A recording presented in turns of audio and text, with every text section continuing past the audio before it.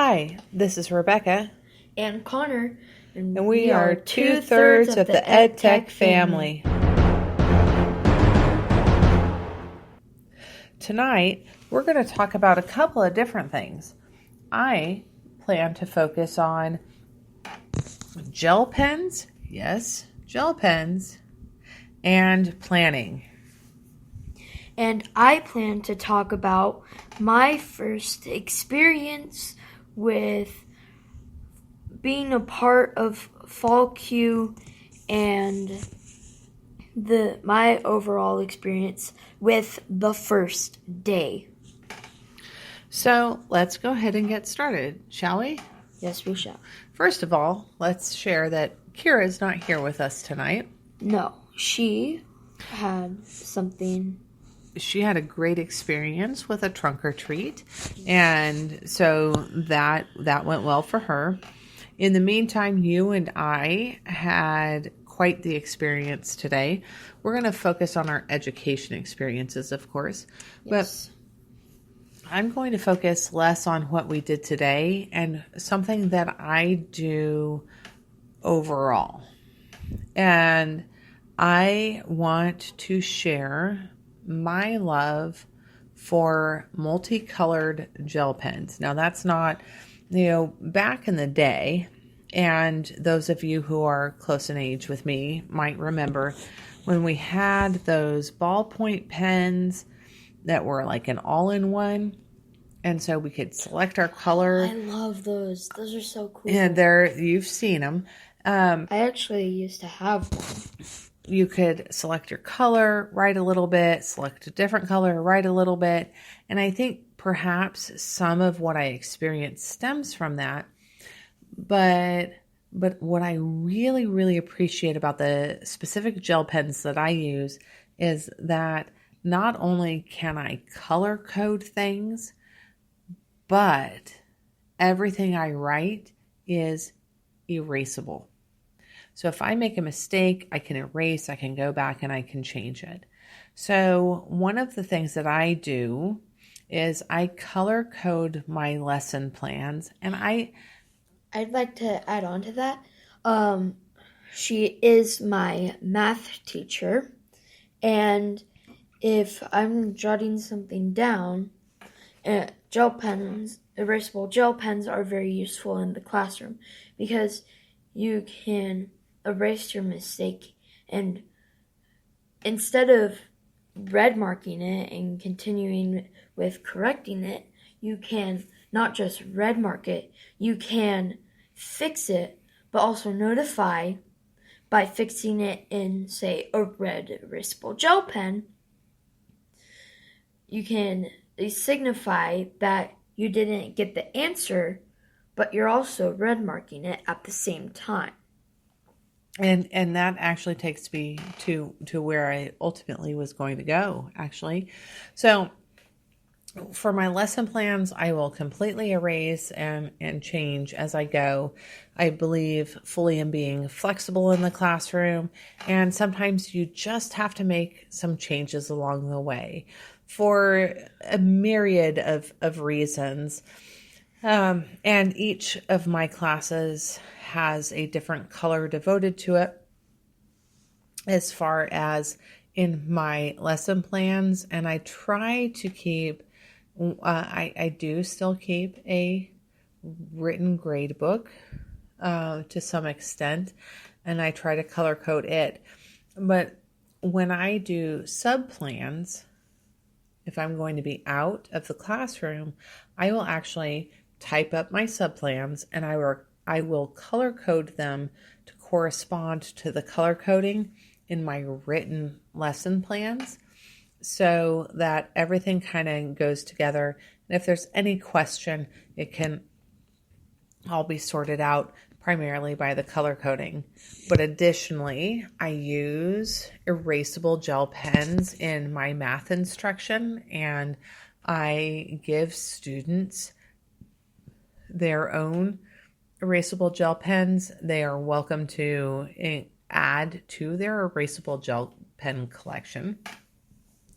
And all of our notes are done with these pens, and they are also encouraged to use them for their independent practice and such.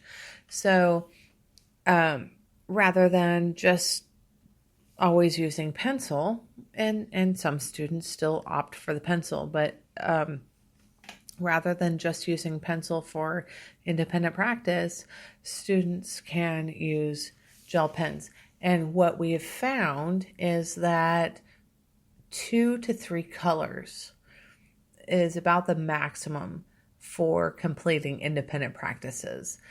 I have had students in the past who will try to use a different color for each problem, or who will try to rotate through a selection of more than 2 to 3 colors, and it slows them down.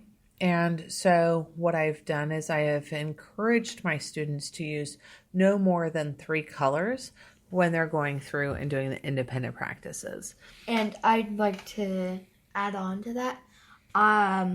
I don't do this for the independent practice, but on tests, I like to rotate through. But for my independent practice, I choose 2 colors that kind of go with each other, and then I use them. Mm-hmm. And for me, I feel that's my comfort zone. I like color coding my stuff. For my tests, I like color coding it and doing it. I like having a pattern. But I also understand that my math teacher wants us to what she wants us to do. So, yeah. So that's my little segment for tonight. I'm really, really very excited to be in the Sacramento area tonight to record this podcast. As it turns out, I had not originally planned to attend FallCUE. There were plenty of other things going on, but Connor submitted a kid boom and was included in the kid booms. And so that meant I needed to make an adjustment.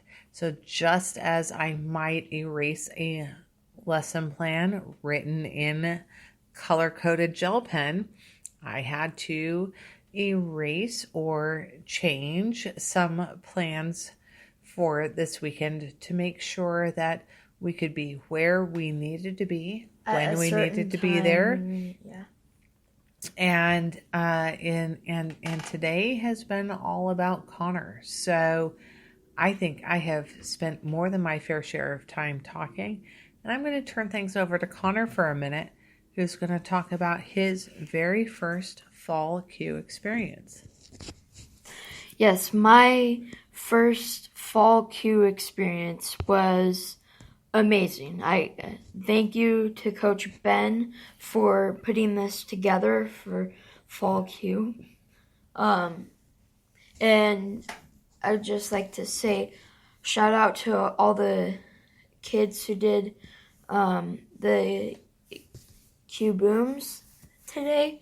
You really had to have a lot of confidence in order to do that, and it for teachers it's kind of they get some nerves, but when you're a kid, it's tough to get up on a stage and express your feelings. So just a shout out to all of the kids who participated in the Kid Q Booms. So I'm gonna go in and talk about my first ever FallCUE experience. It was, like I said, amazing. I will probably never forget it. There were a lot of highlights about today, and there are definitely going to be a lot of highlights tomorrow. So, and my experience, it was fun. I got to go and be interviewed by Q Live before my Kid Q Boom. And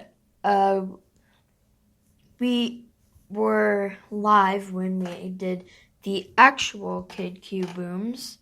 And that was really fun. And it was my first time being interviewed.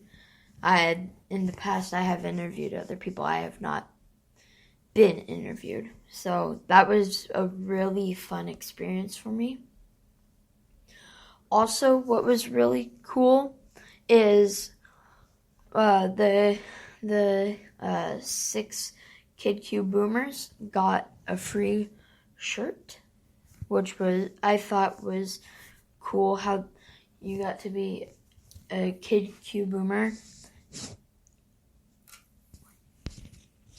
And it was a fun experience. I saw a lot of educators we knew. Greg Eilers, the Check This Out podcast. By the way, go check out their latest podcast. It's kind of funny. And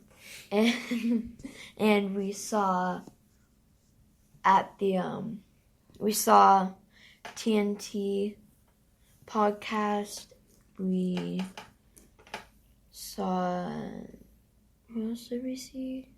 Well, I want to say, who were you looking for at this evening's affiliate leadership meetup that you finally got to see? And it was like you were meeting, I don't know, Spider-Man or Iron Man or...